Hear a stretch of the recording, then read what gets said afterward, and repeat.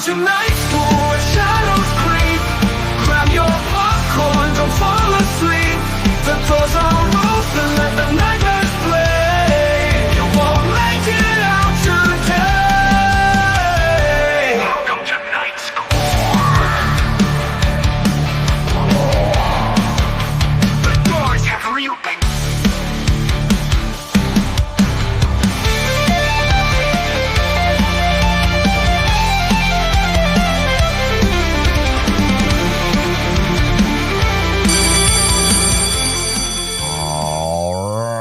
Everyone, welcome to Night School Horror. I can't do the Mr. Malave. I'm sorry. I just can't hit those notes like that. My name is Tommy James, a.k.a. Mr. Oh So Smooth, a.k.a. The Smooth Effect himself, the movie guy, baby, or as you know, your favorite movie therapist. I have so many freaking names, but it's okay. I have so many names because you can call me anything you want, and I will respond, but just, maybe don't call me maybe. Oh, we did that. We did that one. Okay, but I got it. I got that reference. Yes, thank you, Big Money. I appreciate that you were able to get that reference. Speaking of Big Money, yes, none other than the cigarette smoking man himself, Big Money Eddie, the Grand Wizard of Horror, is here. Big Money, what's up, guy? What's going on? Hey, everybody! I'm having sort of strange deja vu moment. I think I've been here before in some way or another, but I'm joking. Technical problems at home for the people at home. Just saying, because we're very honest here. It's the second rounds family. This is the second time we recorded the episode, but all joking aside, I am really happy to be here with Mr. Oh So Smooth himself, because this is a franchise that we both adore. Yes. That we both love. This franchise has had the highest of highs and the lowest of lows. Oof. It's a roller coaster of hits and misses. And honestly, as I was talking with Tommy about this franchise is has an old school soul to it that you can never divorce from it. You need an old school person to do it. So that's why I'm really happy to be with you, Tom, doing this, because I need the movie guy, baby, to do that. To do this with the cigarette smoking man, old school people handling an old school franchise. And of course, we're talking about Alien, and in this case, the show Alien Earth. Yes, Alien Earth. And I got to admit, Big Money, when it came to this, when they announced the show and, when they finally dropped the dates of when it was going to be released, I was like, all right, we're not going to have everybody on the episode. It's only going to be 2. Now, I'm a big Alien fan, so I'm like, I know I'm on this episode, but I came to you personally, okay? And Sabrina and Matt are going to learn this now, but I came to you personally, and I said, dude, we got to do Alien Earth. I know this, man. It's I know this, man. You watch the movies. You've seen the Predator fucking movies, too. You combine it, AVP. You've watched all those movies. You've read the comics. Oh, yeah, I have read the comics. Some of the novels. Haven't read all the novels.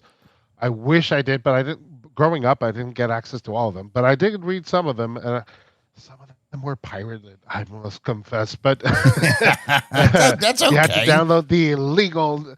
People download illegal movies. I download illegal novels because that's how geeky I fucking am. Yeah. And you know what? Speaking of geeky, Big Money, just want to shout out to Pop Culture Pros, because Night School Horror is with Pop Culture Pros right now. So when you go and pirated the novels, the novels, that right there, that's a pro in pop culture right there, okay? You did what you had to do to get what you needed. And could I put you on the list for that? I could probably do that, but I'm not going to put you on the list, okay? Thankfully. I'm not going to put you on the list on that. But definitely shout out to Pop Culture Pros. You guys got to check everybody out in Pop Culture Pros, because they talk about everything from sports to movies to video games, and of course horror, as Big Money would always put it, because we are their horror show. So again, shout out to Pop Culture Pros. We are pros of pop culture. Most definitely. So let's get into it. Big Money. It is Alien Earth, my friend. Okay, before we get into the nitty of the gritty, let's get into the truth of this, the truth of the matter that really hits, and that's going to matter what we're going to talk about. Your thoughts and feelings on the entire Alien franchise. So they are complex and varied, but I will hit the basic cylinders of what I think. I think that this franchise has never been even. It's always been uneven, even in its best way, in the best ways, right? Um, Alien, the first one, phenomenal horror movie in space. Aliens, phenomenal action movie in space. I wouldn't even call it horror, I wouldn't. actually. I wouldn't either. I would, but it's great action. It's a Yes. phenomenal sequel, Absolutely. but it's not a horror sequel. It is But not. it's again showing what unevenness. Yes, and it's horror elements. It has horror elements to Yeah. it, kind of in a sense, and this is why it's always compared to Terminator. Terminator 1, which is technically, yes, it is a sci-fi, it is an action film, but it's also kind of a horror movie, like a slasher kind of movie, even though he's not using knives or anything, he's using fucking shotguns, but it's a stalker type of movie. And then, of course, Terminator 2, which, in my opinion, is the greatest sci-fi action film ever made over Aliens. People can argue with it. It's fine. But yeah, I agree with you. I agree with you 1,000%. It is an action film. Even from its inception, it's uneven. Like, Yes. we're talking even its greatest two films, bar none. You cannot argue this. Nobody would argue that there's no better movies in the Alien franchise than Alien and Aliens. Yes. No, there isn't. These are the two best, and even then, there's been unevenness. Move forward in time, we got Alien 3, Alien Resurrection, terrible movies. I would say Alien 3 gets a little bit underappreciated in that it's not the worst thing out there, Mhm. but it's still bad.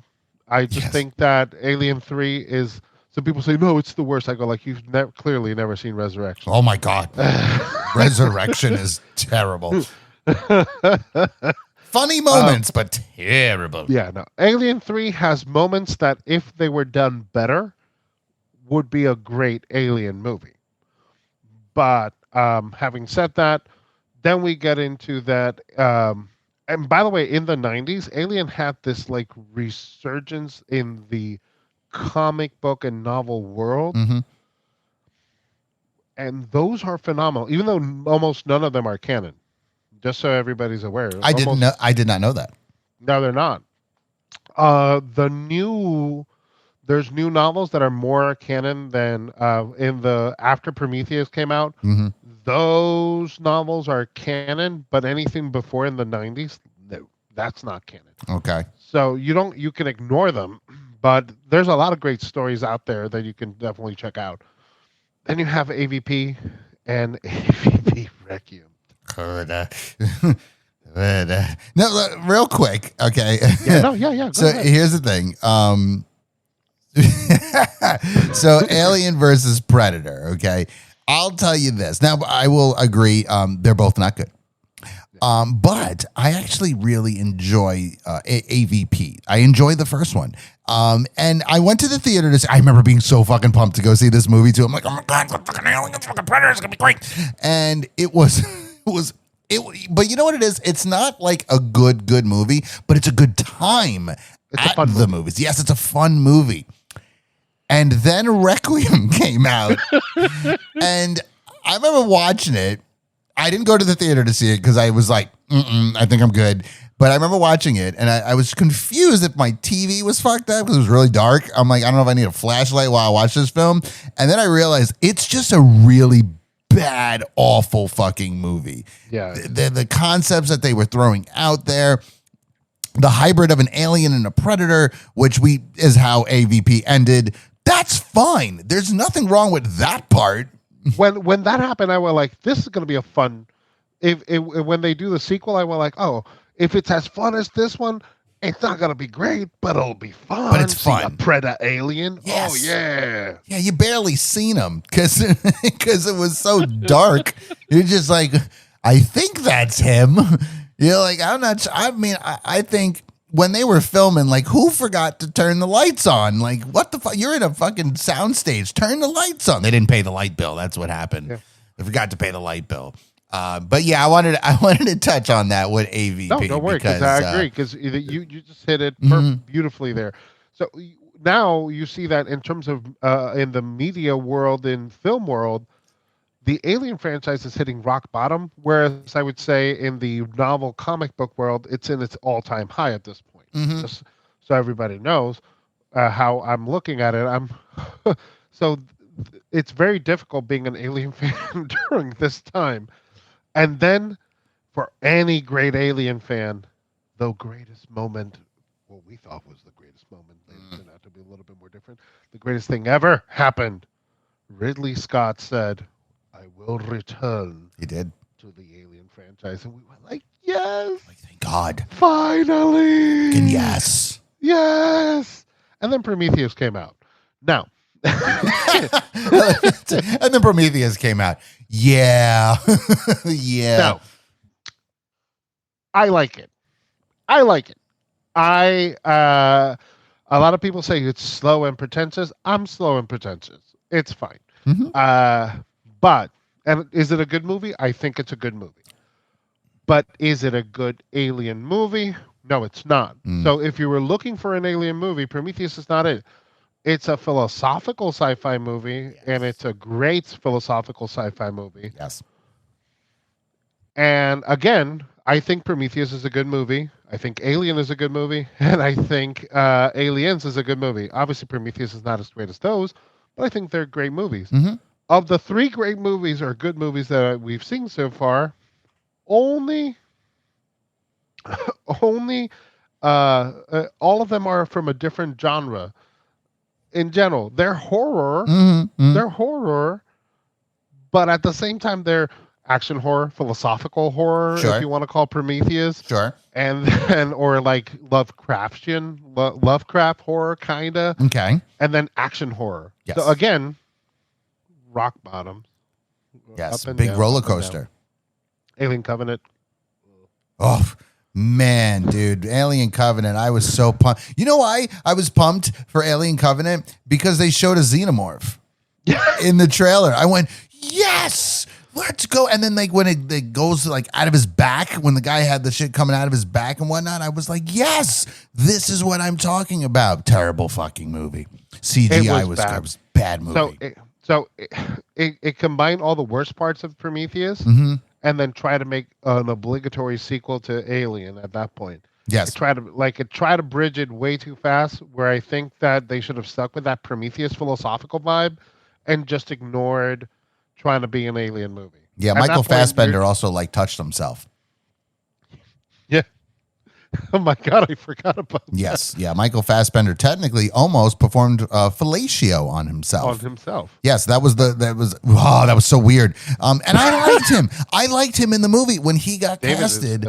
I like David. Like, I like the character of David. I like Michael Fassbender. Like, I feel he plays that kind of android really well because he has that perfect, like, he's a nice guy, but he's a villain, and he plays a very good villain, as we know, Magneto. But that movie's rough. Like, you're just like, what is happening right now? The movie's, it's not only rough. How can I? It doesn't know what it wants to be. Yeah. It doesn't know if it wants to be a Prometheus type of horror film, which I mentioned. It to me, it worked in the first one. I know that people didn't like it, but I think that people didn't like it because they compared it to Alien. But if you compare it, if you just look at it by itself, it's great. Yeah. Now, going forward, we didn't know what to. I think as we were looking at Disney buying this franchise, we didn't know what to expect. Sure. And we've done a quick fly through the entire franchise, but I really don't think we knew what was going to happen at that point. No. And then we got Alien Romulus. And what did you think about Alien Romulus? So I thought it was okay. I do like Fede Alvarez as a director. So I was very excited for that, the fact that he was attached to it. I was actually at this point happy that Ridley Scott was not directing it. Because it was like, let's get some better eyes. Yeah, you failed. Where's James Cameron? Like, is somebody coming? Oh, he's doing Avatar. Sorry, let's get somebody else. So we got Fede Alvarez, and I really, really liked. Okay, it's shot beautifully. Beautifully, he shot the shit out of that movie. Looks really good. It's almost There's moments where CGI is a little but that's like every movie. You don't have the budget to fucking handle it, and people have to stop the nitpicky bullshit with it. Listen, if you had endless amount of monies, it would look like perfection, but you don't.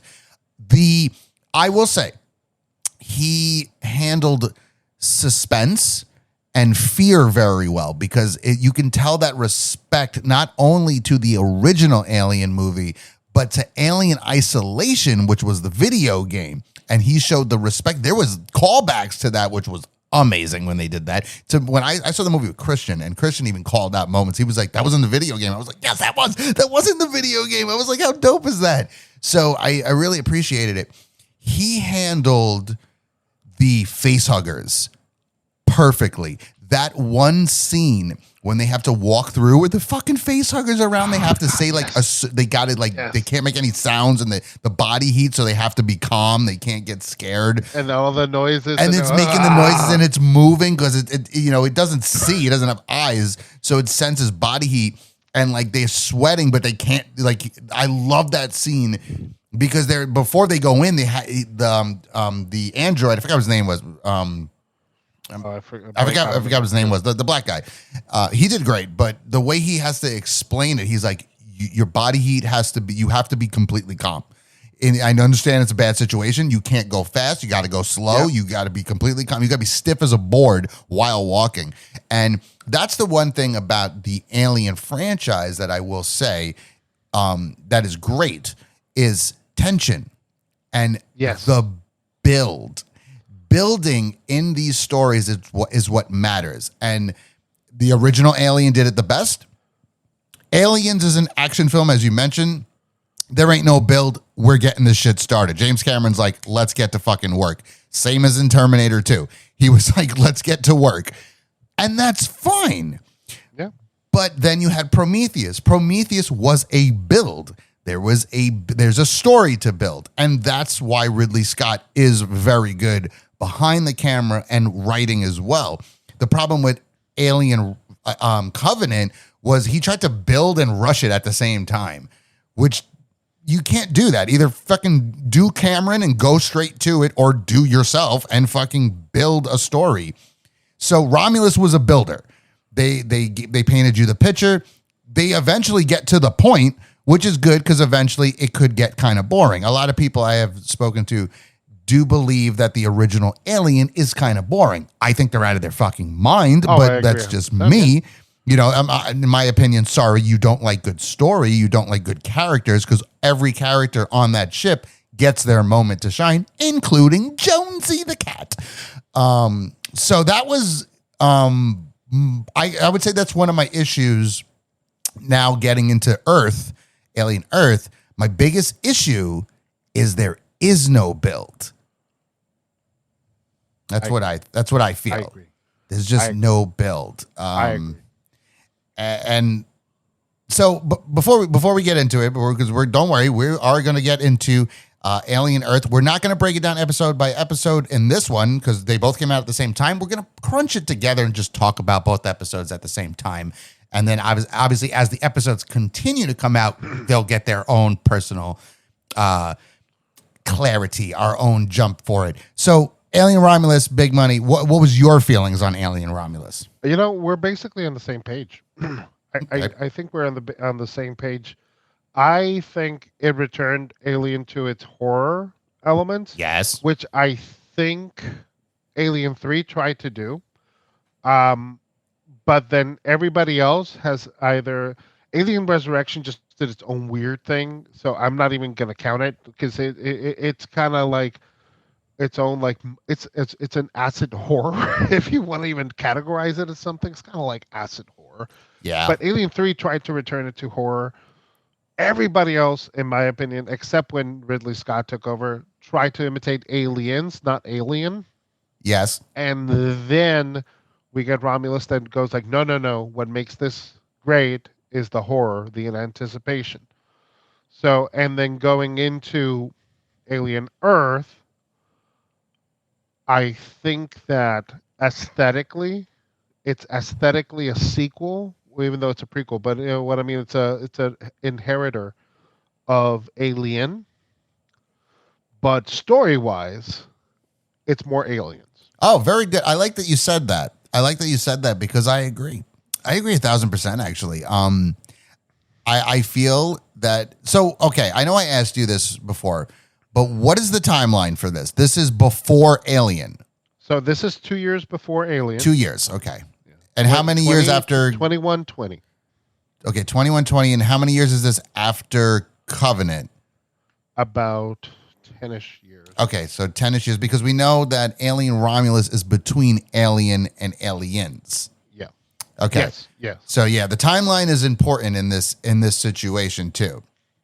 And I feel like you said, like this movie, I mean, it feels like a movie when you're watching it, but the show, these first 2 episodes, is trying to be both movies and both genres and both lenses, let's say, behind the camera at the same time. But you can't do that because they're 2 different genres, and you shouldn't be mixing it that certain way.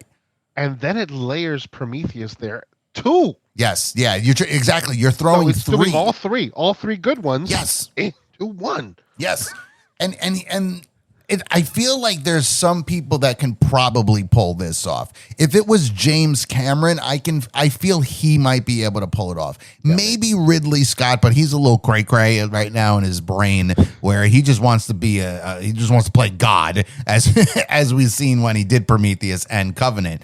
I mean, to the fact that like even Romulus, like he's a producer technically on Romulus, but Fede Alvarez was like, yeah, I'm going to do this shit. Like, you could just kind of sit there and just, Yep. Because he would have never allowed half that stuff to even occur. I feel though with Alien Earth is there is build. Okay. There's some sort of build in this story, but they're building to something that I don't care about. As an Alien fan, what do we want to see? We want to see facehuggers. We want to see xenomorphs. We want to see the ships. We want to see callbacks. We want to see all this good shit. And you know who we got to see, though, which I was happy about, was Timothy Olyphant. I said his name right. Yeah, you did. I did. I know his name now because I used to call him Timothy Allright.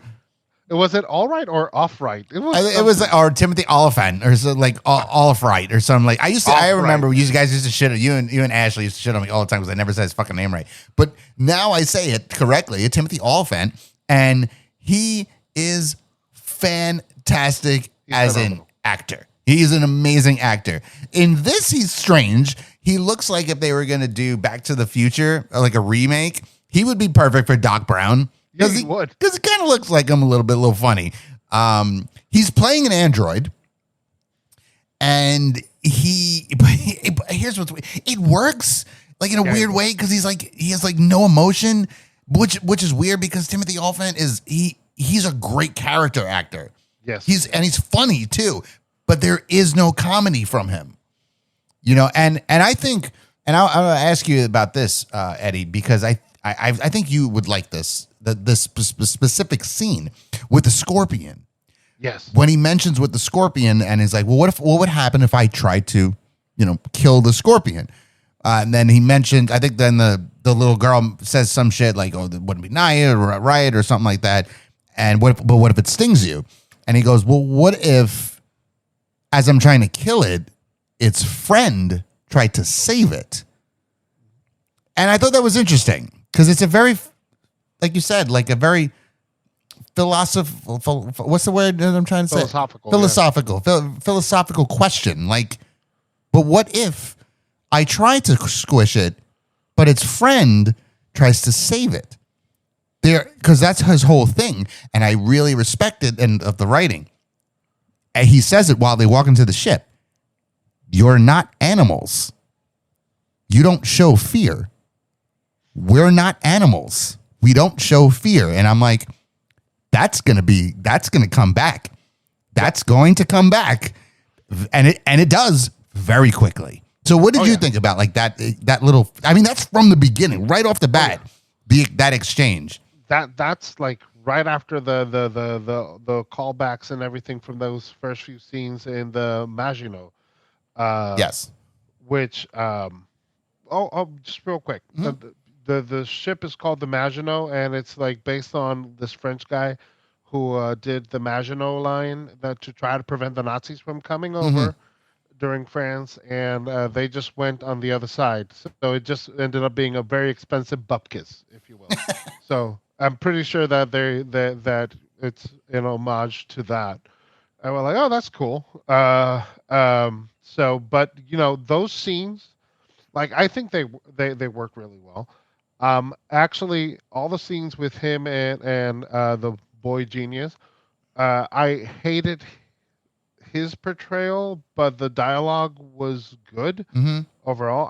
I do think that Hollywood writers need to stop making boy geniuses like because everybody who writes a genius now, it's either like Lex Luthor and Batman versus Superman, Sure. or this one who's like, oh, I don't know, I'm so eccentric, I'm so weird and flimsy and whimsy. I don't know, like. You having no like shoes on and like has his feet up on the desk and shit. Like, It's like, nasty. come on, man. It's like, yeah, I know. It's like, there's other people who are geniuses who are kind of, different. I'm just saying it's different. But overall, all the conversations were very, and I thought they were really creative.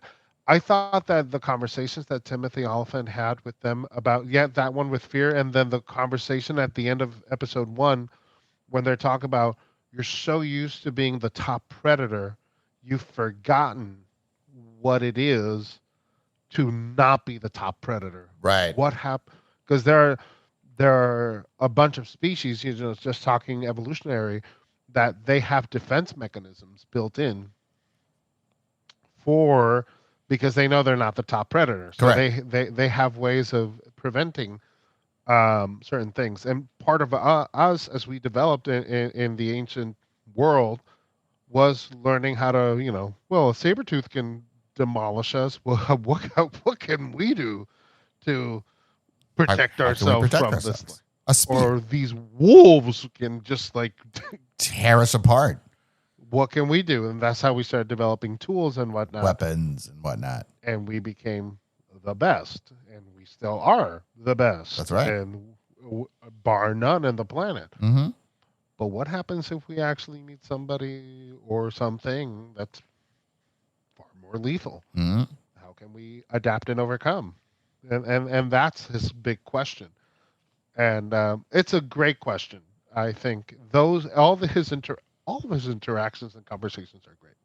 Yeah. And I feel like he's one of those characters that is going to be, while the season continues, we're going to run in situations to where it's going to be the callback to what he said or the question he asked. And I like that it's him, I like that it's Timothy Oliphant. He's been, he had Justified, obviously he's in a shit ton of movies. Mandalorian. He was and he was, when I thought he was the new Boba Fett, and I was like pumped. I was like, yes, you're Timothy Oliphant, but he's not, obviously, because Boba Fett is still around. But I think he's a fantastic actor, and he's a phenomenal character actor too. Even in the Santa Clara Diet on Netflix, like I'm mad that show even got canceled. Oh yeah, he's so good in that show. So now to see him in this sense, he is like that, like the father figure technically to the Shazam family, as I like to call them, the fucking Shazam family. Yes, the Lost Boys, because they do have the Peter Pan references. You have Wendy and whatnot. Pause real quick. Yeah. Dude, the IP, the Disney IP, I went like, oh, it's so obvious the alien's owned by Disney now. I just needed to mention, I went like, It's true. It's Peter Pan. They showed Disney. Yeah, they literally showed the movie when they do the Now, here's a question. Here is a very important question for you, Big Money. And I would really like you to explain your answer in this one. Okay. Question is, does the child actually die and they're just using the conscience and putting it into this android where it's just memories? It's not real. Like, let's look at it this way, because I know you are religious. You are very in depth with that stuff. The soul, right? Are they transferring the soul? I don't think you can transfer a soul. So The flower that they hold is like a funeral. Like when It's a death, yeah. it is a death. So that's my question, because I thought about it.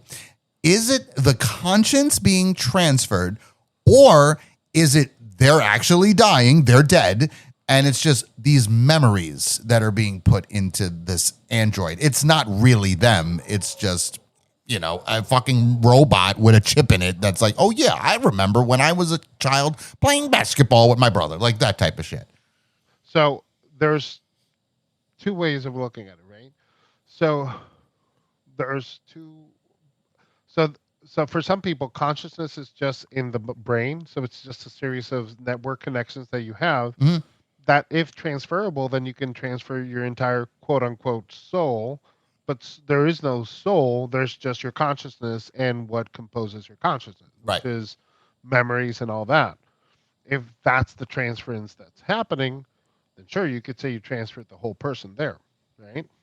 But there's interesting parts in the conversation that lend to believe that it's not the case, at least based on what I've seen.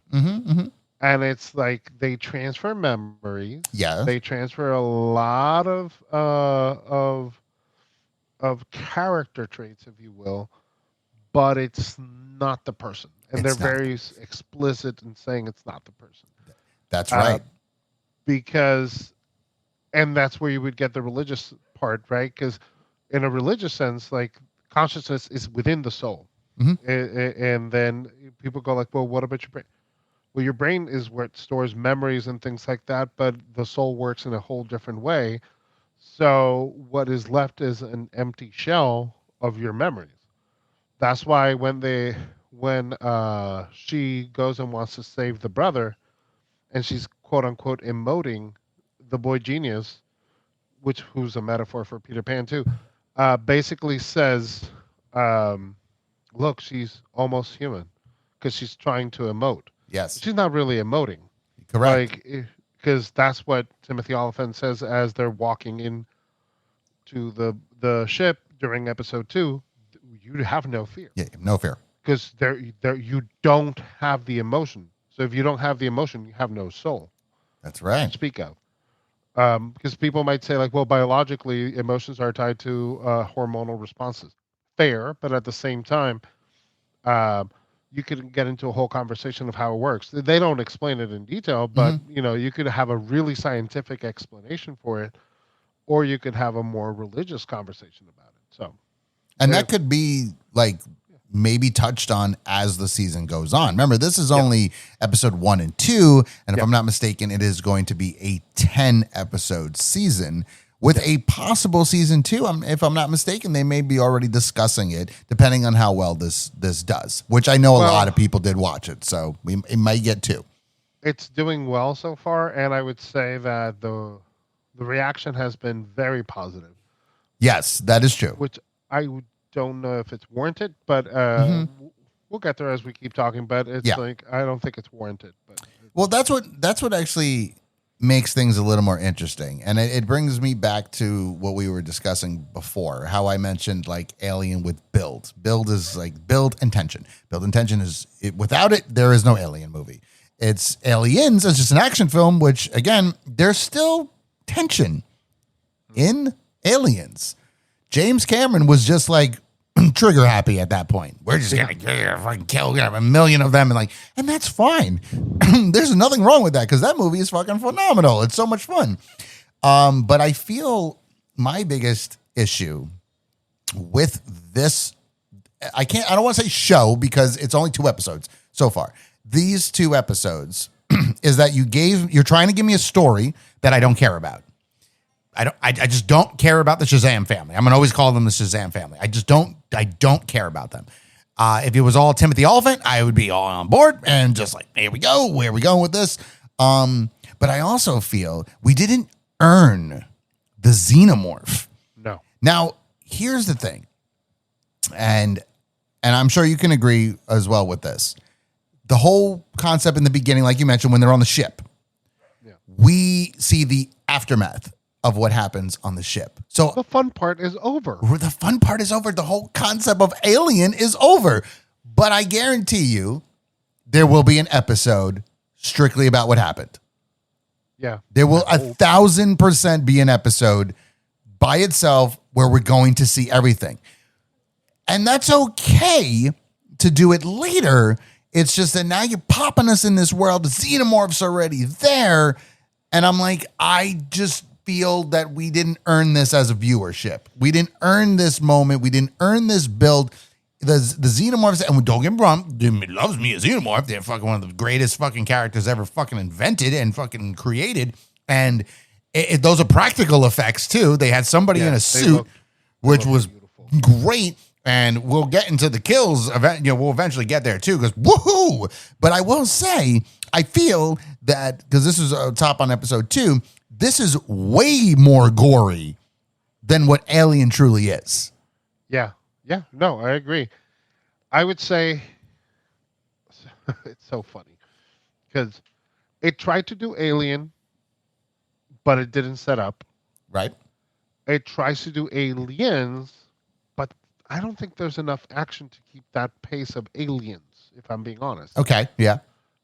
Because then because you're trying to do the Alien build up in a way, but then you don't have time because you're rushing to some action scene. Yes. But then if you're not rushing into some action scene, then you're doing Prometheus with some philosophical brouhaha. Right. Now, but then you don't get to expand on that philosophical brouhaha because then you got to go back, set up the tension, or do some action stuff. And sometimes you splice in a philosophical scene with a tension or action scene, or vice versa, and you're going like, which one of the three do you want to be? Yeah. You're losing identity at this point. Yeah. So, you could have picked to do any of the three, or we've already noticed that Alien works well just picking another subgenre within the horror and sticking with it. Maybe Alien Earth should have been more of a body horror film. I'm just saying, it's like, I'm not saying it has to be. Yeah. You could have gone back to just space horror. You could have, and it's a show. So guess what? Maybe each episode is a different genre that you're tackling. Maybe episode 1 could have been your Alien homage, where it's all about Alien in space. Mm-hmm. Then you're doing episode 2, since we're getting to introduce to the characters who are saving from the crash. Maybe that's your homage to Prometheus, the philosophical, pretentious episode, where you talk about what it is to be human, AI, all that. You get your time to expand on that without any problem. And then now we're getting into episode 2, we're doing either horror or action. Sure. But splicing them in, I think it's to the detriment of the show. Also, weirdly, what's up with the alien saliva? I'm just that's another conversation. But no acid saliva. Yeah, that's important. That's very important, actually. The saliva and the acid is huge when it comes to Alien. But I have to agree with you. I kind of like the way you broke that down of how they should have actually did this show, because I think it would have been perfect. Because the show starts with the ship, with the crew, so that reminds you of Alien. Because they woke up in the same way. They were wearing the same fucking clothes. Like, they were almost spitting image. There's a cat on board. Jonesy too is in this. But here's the thing. Like you said, then they went into the I can't ever say the word. They went into the Prometheus side of shit, where like they're trying to explain life and how you are, like the transition, like the girl she's dying, so we're gonna transition you and make you better. But we're not going to cure you. No, we can't cure you. Well, we can make you better, pretty much in the sense of we're going to make you a slave, in a sense, to us, because you're going to be working for us anyway, and that's why when she does start watching the videos of the brother, like they're all sitting there like, what is she doing? Like, no, this isn't good. Like she was hacking the system, and even Timothy Olyphant's sitting there watching. He was just like, she should not be doing that, with his dull ass fucking look, because he's an android. He doesn't have emotions. And I it love always, that this android just has like this weird, like low key Southern accent. She should not be doing that. yeah, he couldn't get rid of that accent. You could tell when he was doing, like, he tries. There's a couple of times he really tries to stay away, but that accent is very strong with him. But yeah, no, and then it brings me back to that whole concept when he mentions, like, because when they do enter the ship, the Shazam family, they are scared. And that's his whole thing of just like, like we said, you don't express fear. You don't have fear. There's nothing to be afraid of because you don't know what fear is. But that's what makes it, now it gets more confusing again and more weird, because if you are an android, he's right. There is no fear. From the first one that we seen in Ian Holm, there was no fear in that shit. No. There was zero He's fear. dying and he's going like, you will be demolished and you will be. Yeah. He's dying in that white. The cyborg goo and shit, his blood in a weird sense. No fear. Timothy Olyphant, no fear. The kid from Romulus, no. David, no fucking fear. He's touching things like it's just, you're just gonna touch this. Like, there's no fear. But these kids, there is fear. They are questioning shit. I mean, when they see the little eyeball, wow, what a fucking creature, huh? They see the little eyeball thing, they freaked out. And so it's weird when you have him responding to them stating, you have no fear, but they're showing fear. So that's where it brings that whole point back to what I was saying. Like, is it the conscience that's in them? Is it the soul? Like, is what is happening? How is this occurring? What is actually going? The body just dies, but the mind gets moved over? I don't know. But that would be a great, if you had your standalone Prometheus style episode, that's where you could delve into something like that. And then when people go like, oh, the series is uneven because one episode is one way or the other, I go like, well, you're okay, but at the same time, it's a show, so there are many shows that have. Back in the day, we used to have shows that had different genres within the show. Yes. Like when you saw, like, going way back, Boy Meets World, and you had that Halloween horror themed episode. Great episode. That is a fucking horror show. Yes, that was a great episode. That's a fucking horror show. Yes, it's funny. It's horror comedy. Yes. But that's a horror show. Yes. It stops being just a sitcom and it turns into a horror show. When even Stevens and other shows did musicals, it became a musical for that episode. Yes. So if the Alien franchise, as we discussed in this so far, its three best films are three different genres. Yes. Why can't you do that within the show? You actually could, because everything is setting up to something else. So, for example, if you did episode 1, that horror, episode 2, that Prometheus style, explaining everything so you're clear of what these kids are, and then episode 3, you do horror again, in that when they're going in, those Marines are going into the ship and exploring all that fauna. Mm-hmm. And you go like, oh my god, like the eye and blah and the little ticks. I hated those things. Those are disgusting. And that's a horror. But then as they're pursuing the alien, episode 4 could be action. Then they're fighting, and then the Yes. Lost Boys and the Marines, or not Marines, but the Prodigy Corps is fighting. You're mixing genres within your episode, in each episode, but you're still sticking with something, because within the episode it's so uneven. Yeah. If you feel lost, like you don't get engaged, because once a philosophical conversation gets interesting, then I'm hit with action or horror, and then I lose interest in the philosophical conversation because that has my brain thinking, but now you got my senses thinking, or my eyes going like, ooh, action, yes. Yes. Kill, alien, kill. Yeah, I want to see death. And then why would I pay attention?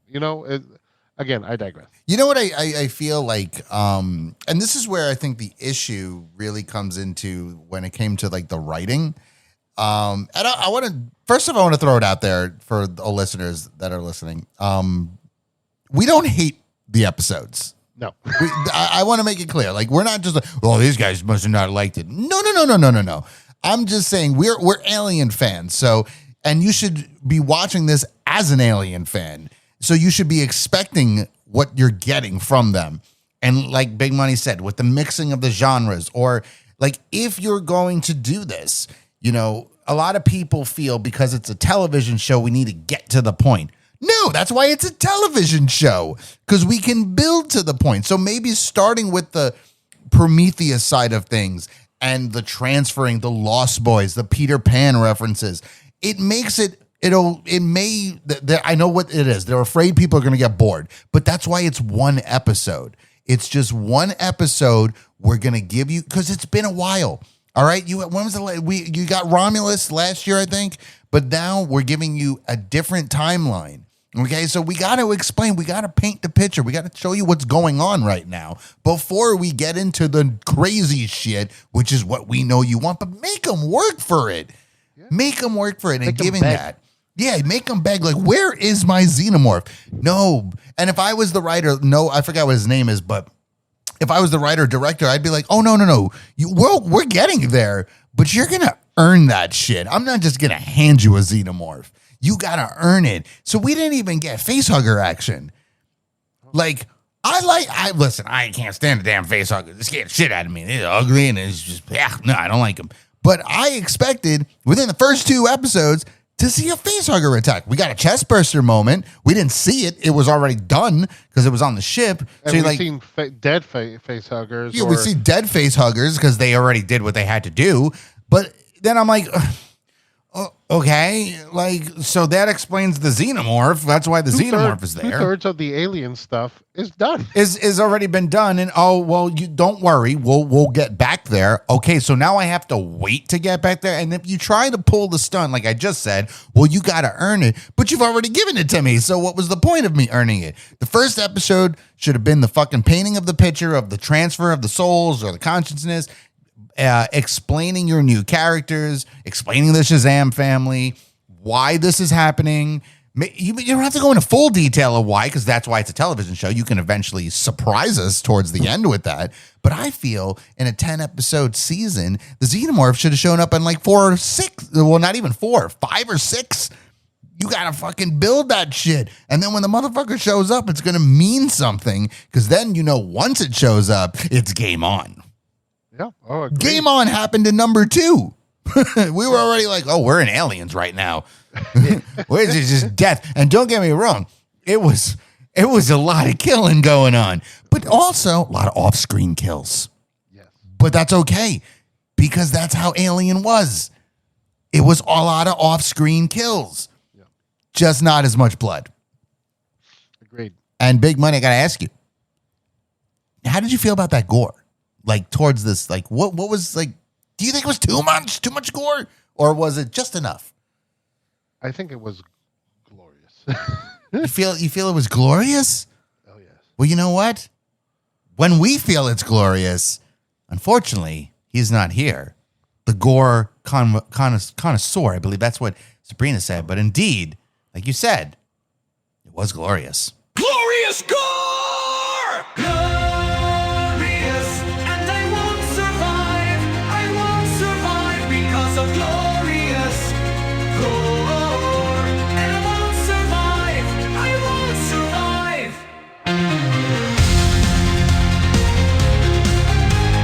I won't survive. All right. Well, Mr. Malave is not here, but I'm sorry, Mr. Malave. We are taking your segment for some glorious gore, because Big Money, how can we not talk about the kills if it ain't going to be glorious, and then it's not going to have the gore to it? So let's talk about some of these kills. They're phenomenal. I'm not going to lie, they are indeed fucking insane. Now, here's the thing. Like I just asked you, and I'm going to touch back on it. Do you feel it was too much for an Alien franchise? So I think no. I think it was good, and I'll tell you why. Okay. I think that it creates its own identity. Remember that I said that each great Alien project creates its own identity. Mm-hmm. So I think that if they would have focused maybe on the gore part, like I mentioned, like that body horror thing, or something to that effect, I think this could be a standalone for them. Like it could have been their marker. Like that's the gory alien ish part of the franchise. That, for me at least. Okay, yeah, so I was on the fence too with my personally. I did feel that it was too much gore, Ooh. and I say gore as in it was like The Shining. There was just blood everywhere, and I take myself back to all these alien movies that I've watched, and they're not that much blood. There's blood, but there's not that much blood. Like it's not like painted on the walls, or in this case, painted on the floor. But like you said, and it's a really good point, you could use this as this is the gory alien show, because it's Hulu. This isn't on, I mean, FX is involved in it too, but this is all straight up Hulu is doing this. So you can take and push your limits. They curse in it, so go to town. Now, one of my, I'm not going to get to the good one, but one of my fun kills, I will say, was when they knock on the door, the brother and the other Marine, and they knock on the door, which was hilarious because I was thinking, there's someone here? Like, the fucking thing just... I'm like, oh, the apartment, yeah. The apartment. And he knocks on the door, and he opens it up, and they're in, like, that old school, like, George Washington kind of, like, fucking shit with the makeup on. And like then Bridgerton. Poppycock shows Yeah, up. oh, my fucking God. I was like, what is this? And they're trying to explain what's going on. And he's just like, well, we're having a party in here. And like, what the fuck? But then we'll get there. But then the Xenomorph is around at that time, which awesome, by the way, where it was just chilling. It was just watching, I'm going to eat you. It's the first one, the first time. So, because the alien does the little hiding and I remember the first one, I was like, oh, he's there. And I got it the first time. Yeah. The second time, which is that one in the apartment. Yeah. And we're like, oh. Yeah, that was good. That was good. Yes. Oh, that got me. I was like, very good. Loved it. It was that whole concept of just, blending in the camouflageness of it, which proves that the Xenomorph itself is not stupid. No. Which is funny because technically they're not like the Predator where it's a trained killer. It's an animal in the long run. That's Timothy Olyphant literally states that. They're animals. They're just really angry fucking animals that are just going to kill people. But this thing is not stupid. And even in Romulus, when it poaches up on the top and it's waiting while the girl's just sitting there, open the door, and then they're looking, they're like, don't open the door. Why? It's waiting for us. Yeah. It's like that thing ain't stupid. It's sitting there going, yes, open the door. Yeah, go ahead, open the door. Yeah, come on, open the It's door, like, open the door. please. Well, it was funny because when we did the episode, I know you weren't on it, but you would have loved it too. We said that the Xenomorph should have been dubbed over with Tobey Maguire's voice. Yeah. Just be sitting there like, yes, open the door, please. Oh, come on, open the door. Come on.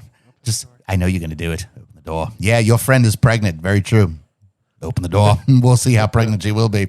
And I want that. I want somebody to do it one day. And I don't need Family Guy to give me, I'm going to eat you. Like, no, I don't need that right now. I want somebody to voice over the Xenomorph.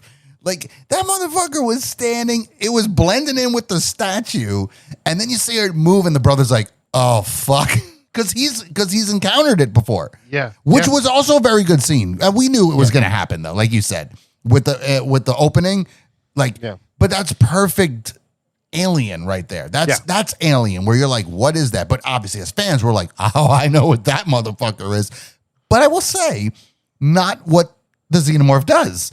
Xenomorph doesn't just go, brah. The Xenomorph would have taken its tail and went, whoops, and he would have been dead. It would have been dead. But also, this is not a full Xenomorph, I think. Okay. Because I think, and they're being very, very obvious. The guy knows his stuff because he's even done references to older video games from the 90s and comics and whatnot. Are you talking about Noah Hawley? Noah Hawley, yeah. So the good thing we got to know too to bring this out there, he did Fargo, he did the Fargo series, and he did Legion.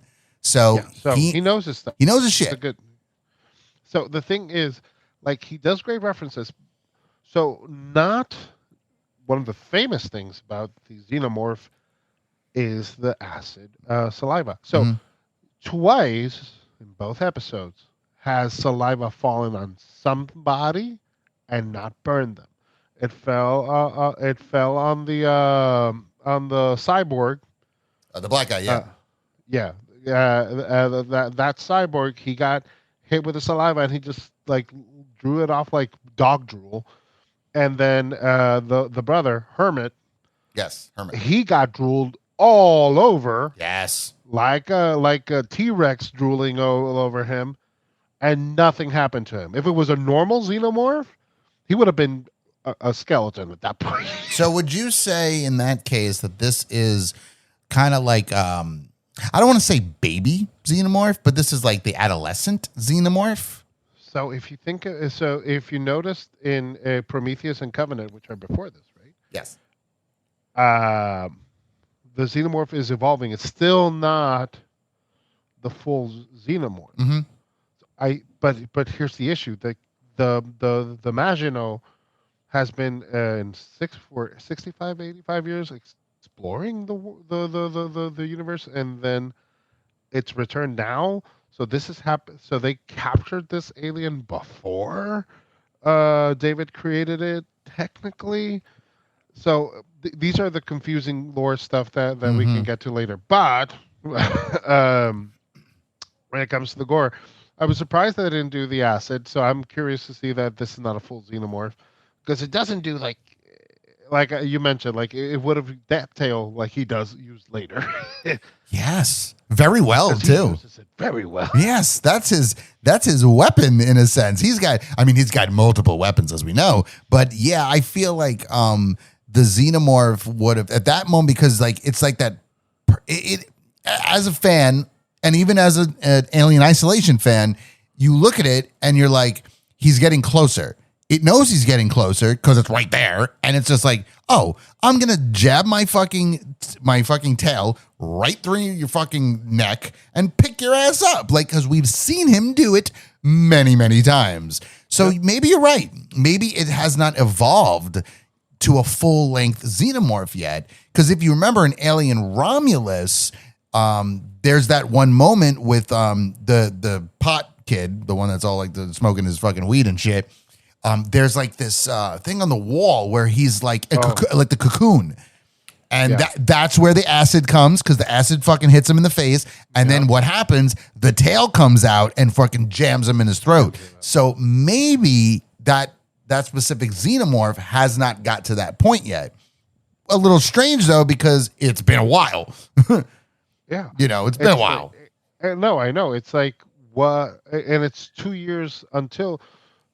Because the xenomorph from Alien already has that acid drool. Yes. And then, so it's 2 years later, and they develop the acid drool.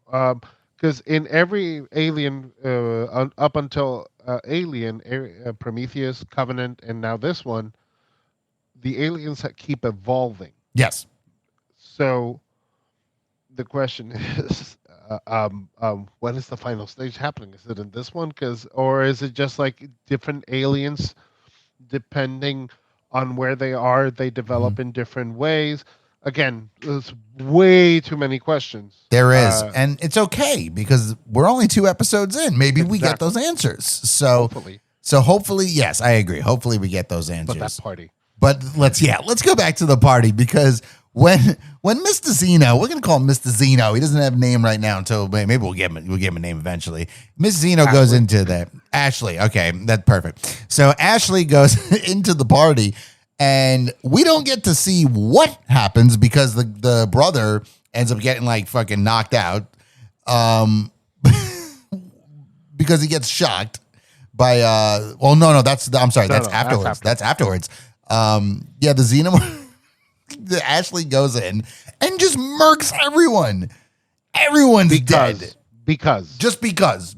I mean, the half body when he's crawling away is still kind of going. Mr. Poppycock is just like, and I'm watching it going like, what is happening right now?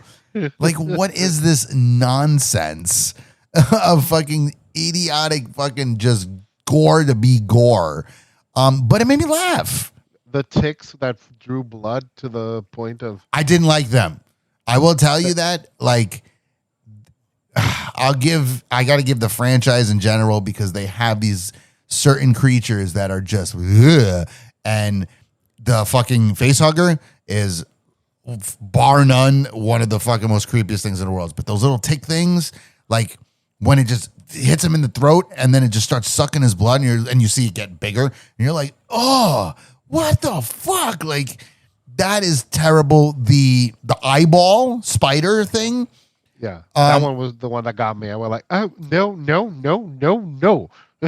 But here's the thing, right? So, and then we had the plant one, that big fucking plant thing. That still hasn't done anything yet. No, but it's going to do something. We know it's going to do something.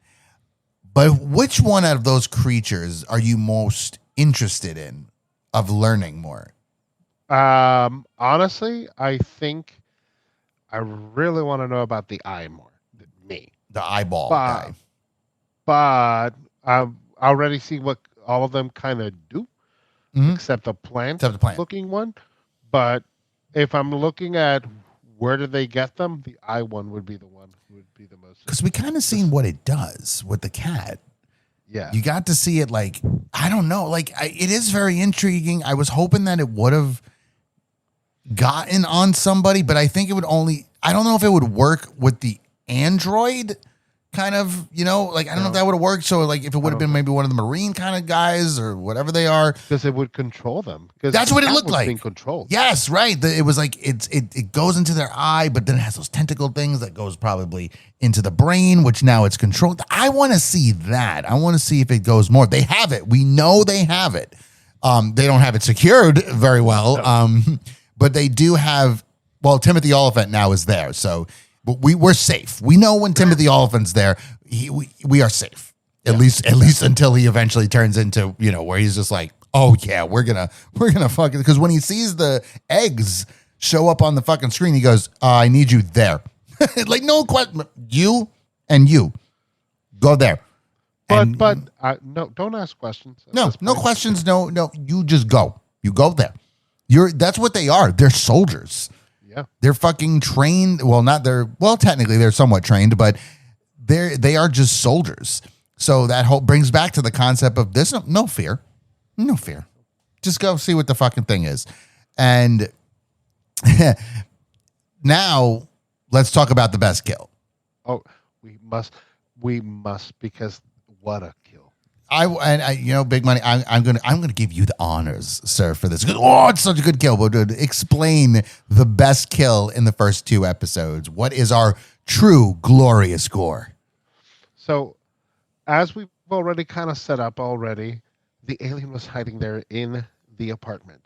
As it's hiding in the apartment, it slowly reveals that it's not part of the decor, if you will, of the apartment, but rather using it to hide its lethal self. And then it slowly approaches with all the temperance required in a moment like that. Because Absolutely. It could have just immediately killed them. But knowing that we as an audience deserve a moment like this, it decides to take its time to savor with gusto its fabulous skill that it's about to do. Yeah. So it slowly but surely it walks in over there. Hermit looks and points to the prodigy Marine and says, "Look behind you," in traditional horror fashion. Boink, boink. It's like, "Look behind you." Horrified he sells it really well too. Yes, he did a great job.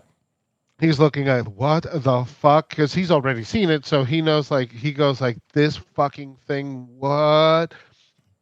And then the prodigy Marine turns back, and there is Ashley. And Ashley is really happy. She's not angry. She's very happy. The smile on Ashley's face was hilarious. It's like, hey, friend. She goes like, "Hey." And then she just smiles at him, because she goes like, you always smile. You always smile when you're about to kill somebody. It's Absolutely. always polite. It's always polite. And as she smiles at this prodigy Marine, the prodigy Marine tries. In his defense, he's horrified because he goes like, "What the Absolutely. fuck is this monster?" Absolutely. But as a true soldier, he's trying to set up to kill, and he goes like, I'm scared as hell, but I'm gonna fight. Chops to him. Absolutely. But he doesn't know what he's dealing with because he doesn't know what Ashley is capable of. God, Ashley. Ashley opens up her beautiful mouth And gorgeous teeth. and gorgeous teeth and lunges her beautiful xenomorph tongue right through the face Oh my God. of this prodigy Marine. And you would think that in typical alien fashion from back in the day, that would have been enough. You would have done the little pop. You would have seen the hole from the back. You see the aliens in that hole, and you go like, "Oh my God, she blew a hole in his face," and then he falls, and that would have been enough. But no, with that tongue kept lunged inside his skull. She just starts moving him to side, not because it is somehow more efficient in killing him, because he's already dead. She's just trying to prove a point. She's trying to prove a point that no thing you can do will stop this from happening to you as well. I will eventually do this to you. As this is all happening, he is shooting all around, and thankfully didn't hit anybody. Yeah. Because you would have thought that some of those loose bullets would have actually killed anybody. Sure. Mr. Poppycock opens the door and says, "What the fuck is going on here?" He runs back inside. Once he runs back inside, we see that Ashley's master plan all along was not just to kill them, but also kill the people inside. That's Because she right. was actually waiting for him to open the door, because she doesn't know how to open a door, because she is like a velociraptor. That's right. And then she just like lunges through the door. She lunges the prodigy Marine to Hermit. Once Hermit is knocked down on the floor and you're hearing all the gore happening in the back, Hermit looks to the prodigy Marine, and that prodigy Marine has his skull raped. Because that's no other word Yeah. to describe what was left. The skull is half open to the side. You see brain, guts, and everything in between. And it is glorious. It is so glorious. And that is the best death in these 2 episodes. Oh, absolutely.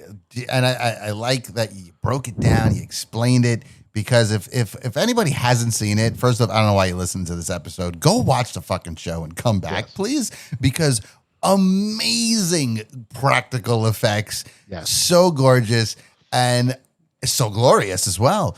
But like, to me, like, I remember when the Marine guy turns around and Ashley, because that's what we're gonna go with from now on, that xenomorph unless it dies, will be known as Ashley, turns and Shout out just to Ashley. yes, cheers to Ashley Stash Box. We miss you, girl. But the big smile, just hey, buddy, you have no clue what you got yourself into. And here's the fucked up part: I wasn't even interested in you, but now you're in my way. And then your mouth just comes out and just boom. And I remember watching it just going, I went, yes. Like, yes, fucking yeah, get him. And I knew it too, because like as we're watching it, Jen's sitting there watching it with me, and Christian's there too. And I'm like, uh-oh. Like, and that's where, like, when I watch these alien movies, or in this case the television show, I want those moments, like in Romulus, when, like I said, when we mentioned before with the facehugger moment with the tension, I'm going, oh my God, like, uh-oh, that's not good. That moment was literally just like, oh man, sorry, time to die. And what an amazing way. And just like you said, not only does she get that fucking mouth in there, she swings him around, but she's playing with her food. Yeah. She's playing with it, but she never finished the food. That's the thing. She never finished. In the long run, she finished the job, but she never like continued, because xenomorphs don't do that anyway. They don't eat you. They're actually, if anything, destroy. They just want to toy with you, and then what they're really trying to do, though, is they're trying to set you up to create more xenomorphs. So that brings us to the ending. So fucking Wendy does meet up with her brother. You know, they have their little brother sister moment. She says a couple things, he says a couple things, they hug, and it's, oh my God, it's you, I can't believe it. Whatever. Again, I didn't care about those characters. I appreciate that it didn't last more than 2 episodes. That's true. That we got, they did get there to that sense of that point, which also leads me into that other point of going like, well, you got fucking 8 more episodes to go. Where else, how much more build do we have here? But who knows? We'll see. But when everything's crumbling down and everything's going to shit and they're trying to escape, and then the Xenom, I wanted to like play when it jumps and in a slow motion and grabs the brother and goes down the hatch. I was rolling. I was like, what just happened? Yeah. Like it's almost that the Xenomorph saved him. Yeah. The Xenomorph's like, no, buddy, because that's when they're by the eggs and whatnot. And he gets close to the egg and you see the egg start to move. And I'm like, oh, yes, it's going to happen. Go like, oh, once they reconcile, she had the moment so that she could have that personal moment. Yes. I thought that's what I thought. Because like, that's a quick resolution for it. And then I saw the egg and the possible facehugger moment. And I was like, oh, that's why they had it early, because he's going to die now. That's what I thought. I thought like the moment you saw like the egg lips started kind of moving, and I'm like, oh my God, yes, we're going to get it. We're going to finally, the facehugger is going to go in his fucking face, and, bad things is going to happen. But no, it didn't, because the alien decided to fucking give us a fucking Celine Dion moment and just jump at him, and he goes, ah, and then it grabs him and just tumbles down the hatch. And I'm thinking, honestly, if it wasn't for that Xenomorph or Ashley, if Ashley didn't do that, he'd get face hugged.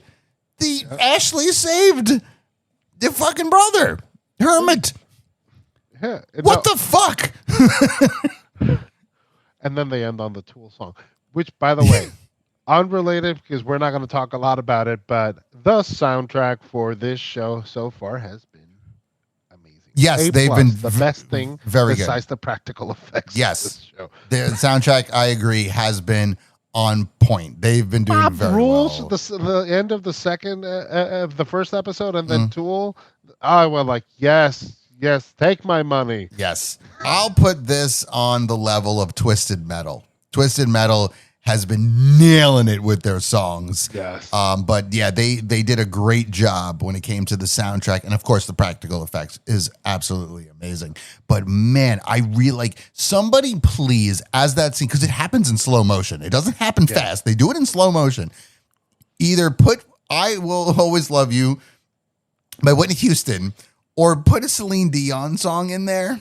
Maybe the Titanic song, just the beginning of it when he's just, and then just grabs him and goes down the hatch.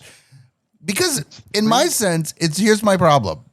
If the Xenomorph, or as Ashley goes and grabs him, goes down the hatch, if it ties him up to get a face hugger to get him, here's your moment right there.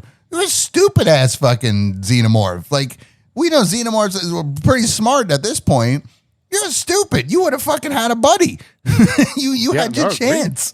What happened? Unless it's a different Xenomorph. This is just me speculating. Sure. Unless it's a different type of Xenomorph and it's in opposition to the eggs that are there. So maybe it's, competitive with. That's just me. There's another Xenomorph.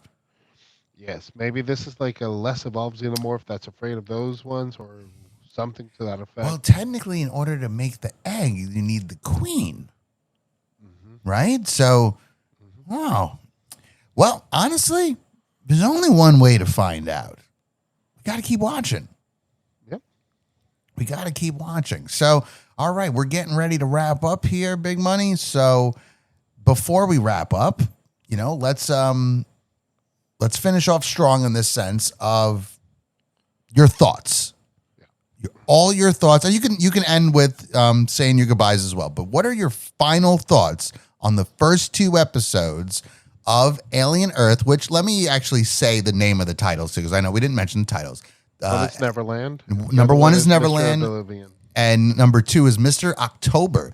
And Mr. October. and it's Mr. October because they mentioned Reggie Jackson. Yes. They have the moment with the baseball, which I thought was pretty cool, actually. I actually really like that. It doesn't fit with the years because he mentioned it had to do with his father. I don't know how that worked, but sure, fuck it, we'll go with it. So what are your final thoughts on the first 2 episodes? Because we're going to be continuing on. Me and you we're chugging along on this train. This is in a hype train. This is the Alien train, Ashley train, the Stash Box train. Hey. So please go ahead and say goodbyes afterwards, but let's hear it. What do you got for us? Okay, so when it comes to this show so far, this show is uneven. But it's not bad. It's an uneven show that's just basically emblematic of an uneven franchise that I adore. And so far, the show I think is doing okay in certain moments. It's doing terrible in some, and it's doing great in others. Things that concern me moving forward. I need some clarifications, show. Please tell me, how did the fucking Wayland company get bought by the Yutani company? Because it's not Wayland Yutani by the time we have Wayland Alien Covenant. Sure. So I really need to know how it became Wayland Yutani up until that point. I also need to know why your drop ships look like the Predator ships that the Alien versus Predator Requiem Yutani Corporation acquired. I really need to know. I really need to know why this is happening, Alien Earth. Please tell me why. So these are questions that need to keep going, along with what we said in this show. Alien Earth, please tell me. Why did the Xenomorph, why did Ashley stop a facehugger from acquiring its prey? We need to know. These are questions that we need to know. So in general, I think so far an uneven show that's teetering on good, but I still wouldn't call it good yet. Fair. Depending on how it ends. That's fair. That's very fair. Yeah. I like that. I'm in the same boat as you, actually. I feel that there's questions, but it's okay that there is, because it is a television show. Though the first 2 episodes is a full-length movie. It's literally like 2 hours long. So you have time to answer these questions. But the thing is you better answer these questions, because if you don't, then your show is worthless. It's just, then there was no reason to make a show. Should made just another fucking movie. They already said they're making another Alien. They're making an Alien Romulus 2. They have made that very clear. So they're going to milk the shit out of this fucking franchise. We know this. It's Disney. They're going to milk it. I feel that we have many. Yes, exactly. They're going to grab the teat and they're going to milk. I feel that what they're really trying to build to. This is what I really feel this is the case. I think they're building to eventually get to another AVP. I believe in Predator Badlands that is coming out this year, which of course we will do a review on. I'm very excited about it, but it's the first time in a Predator movie that we see Wayland Yutani. There we see the ships, and then we see an android. We see the eyes go back. So very interesting. We see a xenomorph skull in the ship. So they're not afraid to make it clear this shit is canon. These two will meet again. And I think that's where we might be leading to. We don't know where the year for Predator Badlands is until we get there. Obviously, it's way after Prey, which was phenomenal. But I think the big questions, we have many questions. We need to see what happened on the ship, which I'm sure we will. I'm sure that will be an episode that'll be focused on what actually happened on the ship. So we'll see lots of death and some face huggers. If it doesn't, shame on you, show. Yeah, then you're foolish. then you wasted.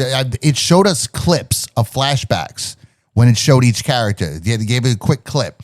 So you recorded something, you filmed something. Let's see it. I guarantee. I can't see them not doing it. It would be really foolish, and you'd have a lot of people very angry because that's Alien.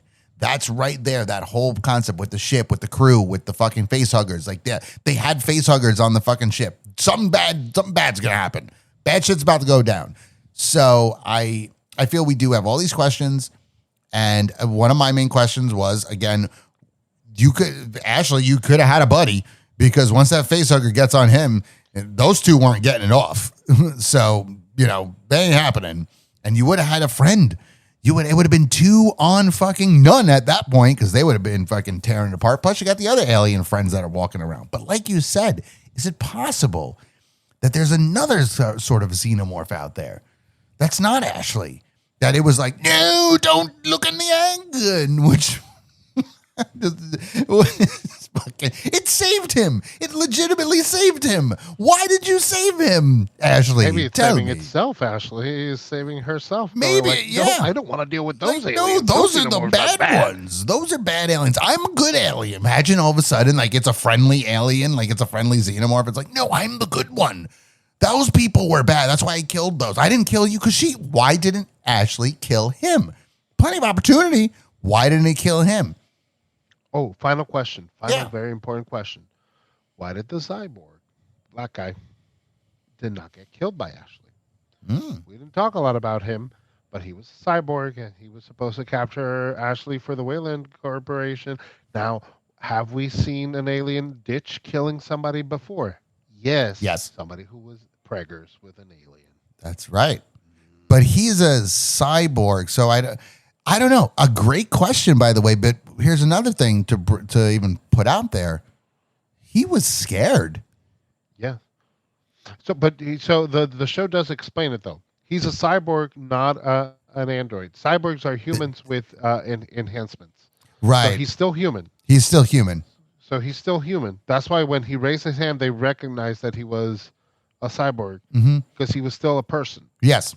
He has just like the implant. So he does have emotions because he hasn't lost that part. Right. He's just a dick because he knows he's better than most people because his hand could transform into almost anything. He's Yes. like Hordak at this point. Yes.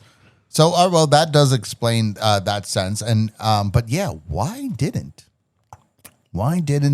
Ashley attack and kill him? It looked like he was about to, until obviously the other one showed up. And he was just like, I am not the one you need to be afraid of. And then just fucking destruction. And Ashley went like, "Hi, Hello, bitch." everyone. Hello, everyone. I've been here the whole time, been waiting for you. Hello. But then, like, doesn't try. It did try to kill Hermit, but then eventually chose to save Hermit. So very weird, very interesting. But again, like I said, there's only one way to find out. And on Tuesday, we'll continue the story.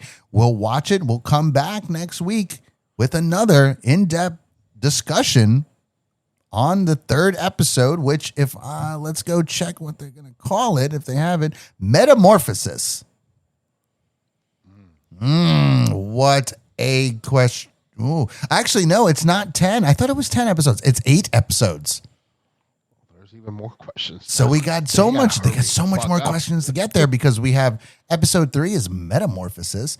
Number 4 is observation. Number 5, in space, no one ... 6 is the fly. 7, emergence, and 8, the real monsters. Oh, I wonder who's going to be the real monsters. I'm sure it's the humans. It's the people all along. Yes, it's gonna. If it better not be one of those messages, it will be. It will be. It will be one of those messages. And Well, I will be very disappointed. yeah, that will. It turns out it's Timothy Oliphant the whole time. He's David. Wow. Actually, that wouldn't be that bad. Michael Fassbender turned into Timothy Oliphant. I'll accept it. That's great. I'm okay with it. I mean, David had a little bit more emotion, but that's okay. Well, we could work with it. He's in hiding the whole time. Somebody call Michael Fassbender and tell him to show up on the show. On our show? Yes, please, on our show, but also on Alien Earth. on both shows. Okay. Show up on Duly both noted. shows. Absolutely. Unless it turns out it's Timothy Olyphant as David. Wow, what a twist. I'll go home happy. Speaking of going home, it is indeed time for us to go home, but we'll be back to talk about episode 3 next week. So, Big Money, say your goodbyes, say your sayonaras. So, everybody, signing off, Big Money Eddie, the cigarette-smoking man himself, the Grand Wizard of Horror. And I'm not truly happy with this show, but that's okay, because I might change my mind. And here's the most important thing. We always have to have an open mind with these shows. So should you. If you're on the same boat as us, don't get on the hate train just yet. Wait until those 8 episodes show up, and then you can say, like, they sucked. But just wait. You might be surprised. Yeah, I agree. I'm on the same boat of that too. I think it's fine, but there's so many questions where I can't just go, this is really good. We haven't gotten anywhere yet to claim really good, awesome, are there great even moments? Yeah, or it's shit. Are there great moments? Yeah. There's some glorious moments, actually, as we discussed. But there is still many questions. And there is some characters I just don't care about. But could you make me care about them? Yes. Because technically, now that we know there's 8 episodes, you have 6 more to do that. So hopefully they do it. Good luck, Hulu. We'll be watching. And I hope it's good. Because if you ruin this fucking franchise, I'm going to be just, Disney can go to hell if that's the case. Do not ruin it. My name is Tommy James, a.k.a. Mr. So Smooth, the Smooth Effect himself, the movie guy, baby, or as you already know, your favorite movie therapist, and me and Big Money will be back next week to talk Alien Earth Episode 3.